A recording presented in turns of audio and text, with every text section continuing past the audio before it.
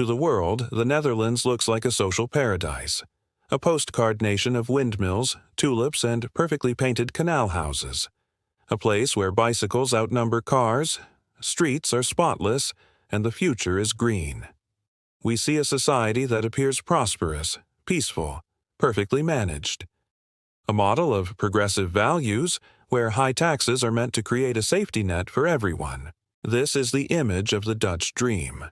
A land of equal opportunity, social cohesion, and contentment. It's a story the Dutch tell themselves, and one the world has come to believe.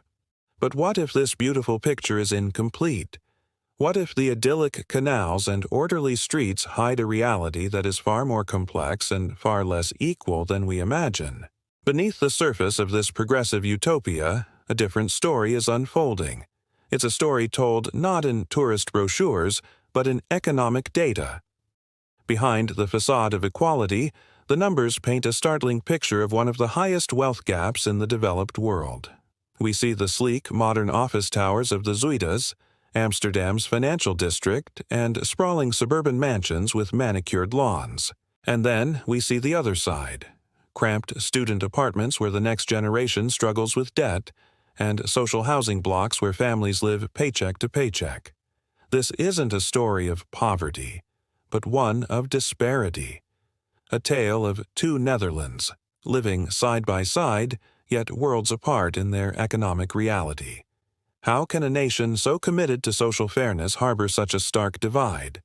To understand the paradox, we have to look back.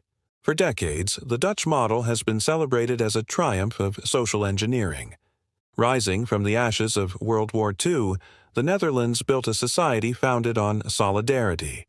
Through ambitious projects, they constructed high-quality social housing, ensuring everyone had a roof over their head. They pioneered healthcare reforms that led to universal coverage, a cornerstone of their welfare state. The system was designed to protect its citizens from cradle to grave, with generous parental leave, strong labor rights, and unemployment benefits that provided a genuine safety net. This polder model, based on consensus and cooperation, became a global benchmark for how to build a caring, inclusive society. It created a nation where income inequality was kept in check and the middle class thrived. But while the nation focused on sharing income, something else was happening with wealth. Animated charts from the World Bank reveal a shocking truth. The Netherlands, a country we associate with egalitarianism, has a wealth concentration that rivals nations known for their cutthroat capitalism. The data is stark. The top 10% of Dutch households own over 60% of the nation is net wealth. Go higher and it gets even more extreme. The top 1% alone possesses nearly a quarter of all wealth.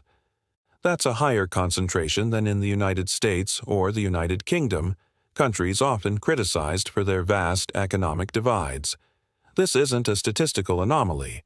It's a fundamental feature of the modern Dutch economy. The system designed to equalize paychecks has simultaneously allowed fortunes to grow, silently and exponentially, in the hands of a select few. So, how is this possible in a high-tax country? The answer lies in the crucial difference between income and wealth. High taxes on labor are effective at redistributing what people earn from their jobs. This is what funds the Netherlands' generous public services and social safety nets.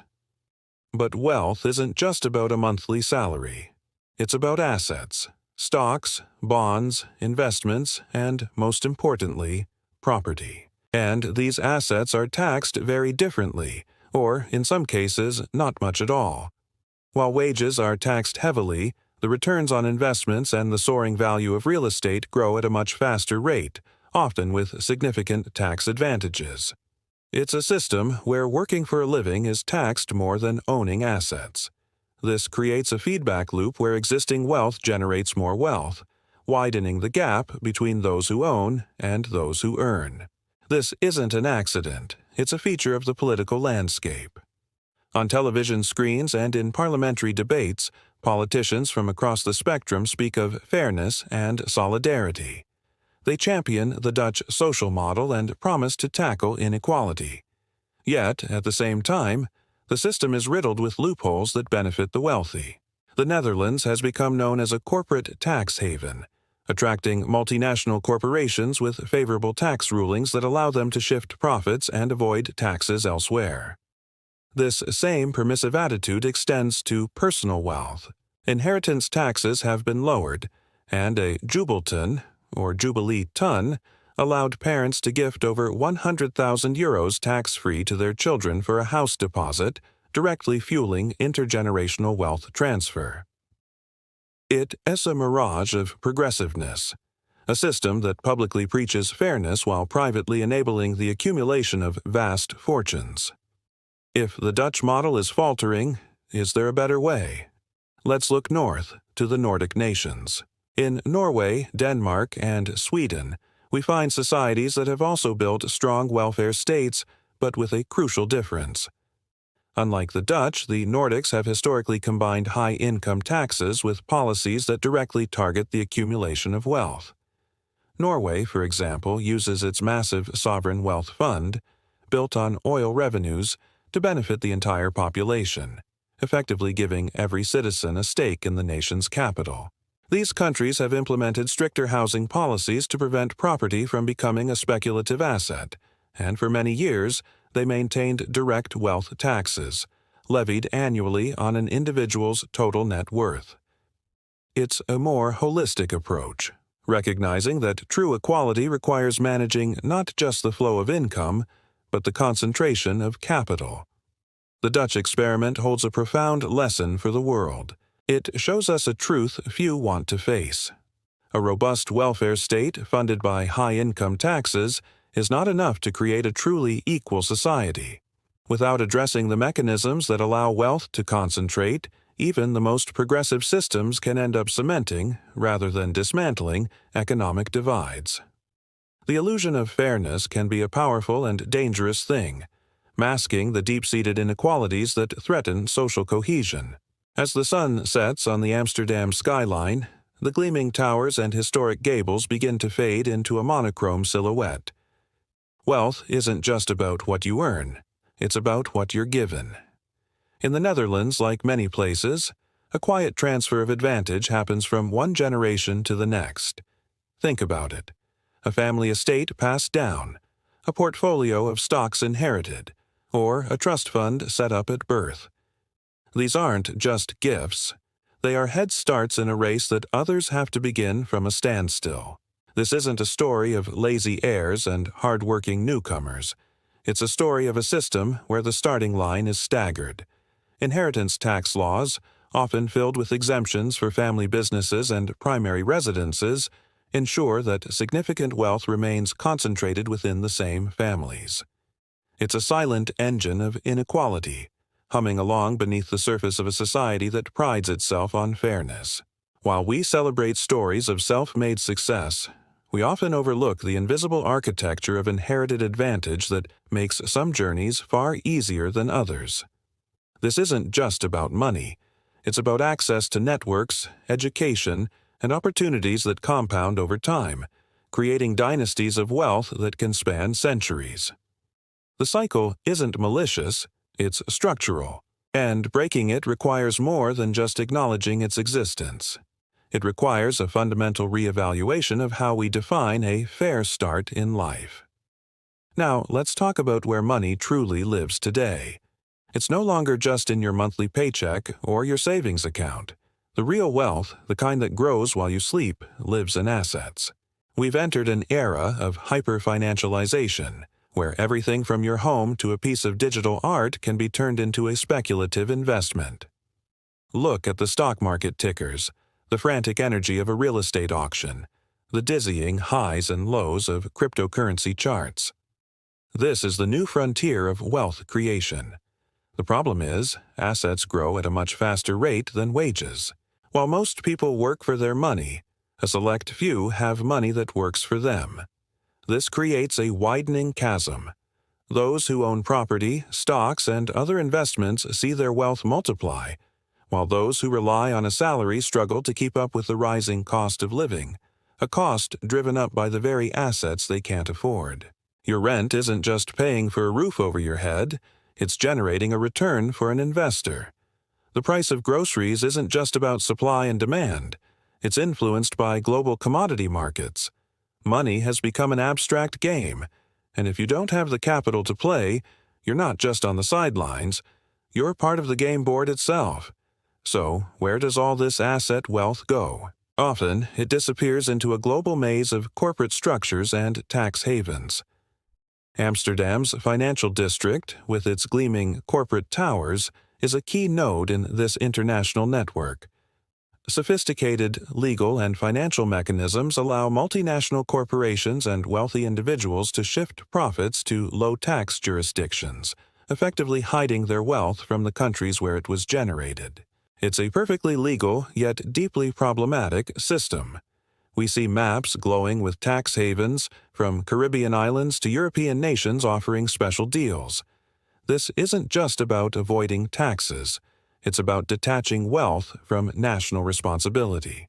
While local communities struggle with underfunded schools, hospitals, and infrastructure, trillions of dollars sit in offshore accounts, contributing nothing to the public good.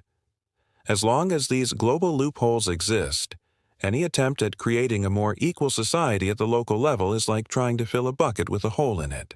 True financial transparency is blocked by powerful interests, and the result is a system where the rules of the game are written by and for those who have the most to gain. This makes equality not just a distant dream, but a structural impossibility. Faced with this reality, it's clear that our old solutions are no longer enough. For decades, the primary tool for tackling inequality has been progressive taxation, taxing the rich more to fund social programs for everyone else. But what if that's only treating a symptom, not the cause? From the streets where young people are protesting soaring housing costs to the conferences where economists are rethinking capitalism, a new conversation is emerging. It's a conversation that looks beyond just redistributing income and asks tougher questions about ownership, opportunity, and power. Who owns the land? Who controls the corporations? Who has access to the capital needed to start a business or buy a home? To truly close the gap, we must shift our focus from simply trimming the top of the wealth pyramid to rebuilding its very foundation. This means exploring new models of corporate governance, promoting community land trusts and cooperative ownership, and democratizing access to investment.